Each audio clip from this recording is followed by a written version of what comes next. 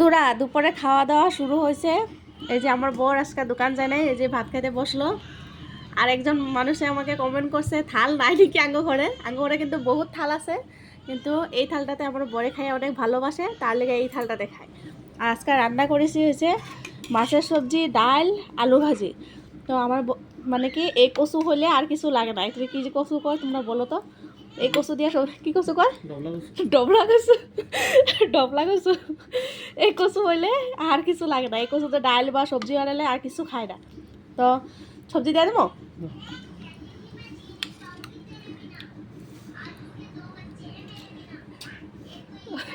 ওইটাকে চলবো উপর থেকে দিছি যে। কেমন হয়েছে বলো? ভালো হয়েছে?